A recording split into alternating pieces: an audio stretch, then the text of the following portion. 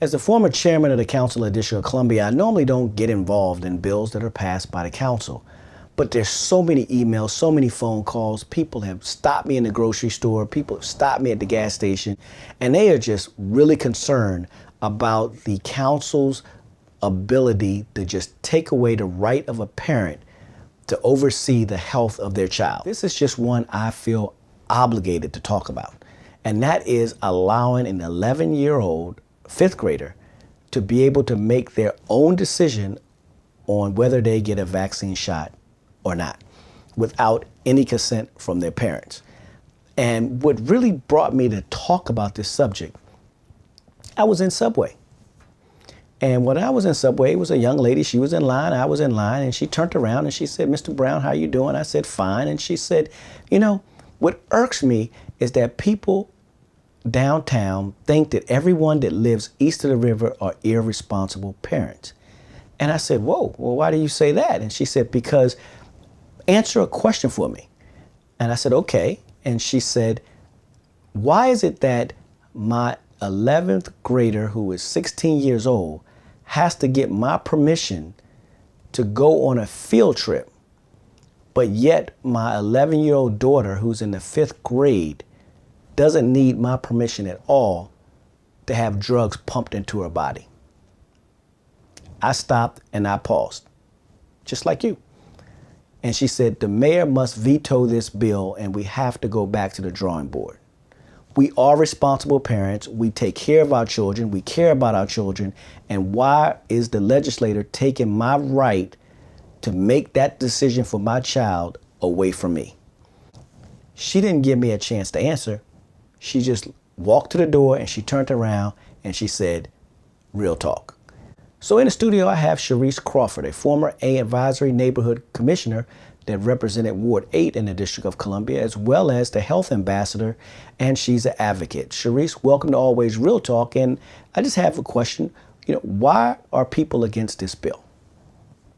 One, they want the mayor to return the bill as a veto. There's a petition going around to increase the age to at minimum 16 years old. 11-year-old is completely too young to consent. That is the primary issue. And then two, the opportunity for people to make phone calls. You can contact the mayor. She has not signed this bill to our understanding, as well as the ACLU is responding to say, is this a violation of civil liberties all the way to federal laws? And then three, does this need to go to the Attorney General to be further investigated? Okay, so there are some out there that are saying that, hey, 11-year-olds too young. How about 16? So there's some compromise that people are trying to make to figure out what is the appropriate age. Two, clearly there needs to be more discussion. There are people out here that just didn't know, right? So, I just think that people should know, right? And they'll say, we did a public hearing. It's a pandemic, right? People aren't focused on, is the council going to allow my fifth grader to go get a shot without me knowing? I don't think that's what's on people's minds, right? So if you're saying that those two things that are on the table, I think I can support that. What I can't support is any fifth grader getting a shot. And I have to keep it personal, right? Because that's what parents do.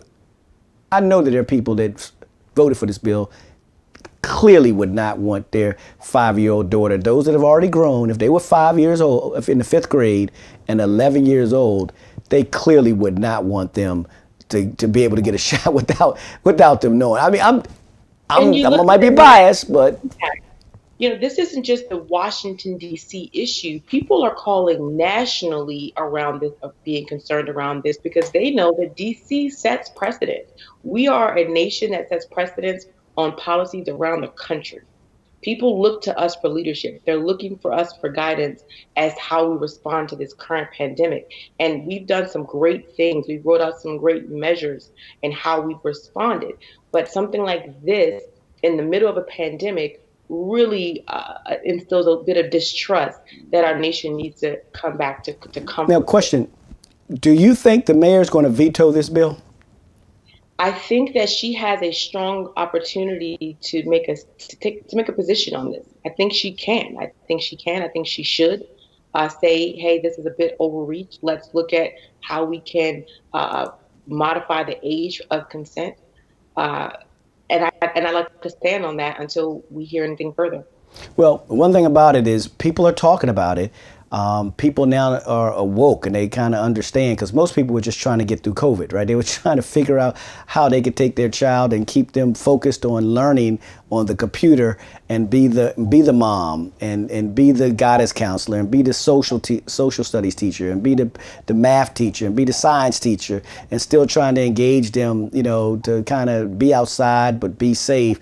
They weren't thinking that the government was passing a law to now allow any 11-year-old to go get a vaccine without asking them. I'm hoping that the mayor takes a look at this. I'm hoping that she vetoes this bill maybe, and then just get. And I heard what you said. There are some valid reasons why it's important for every child to get vaccines. I got that.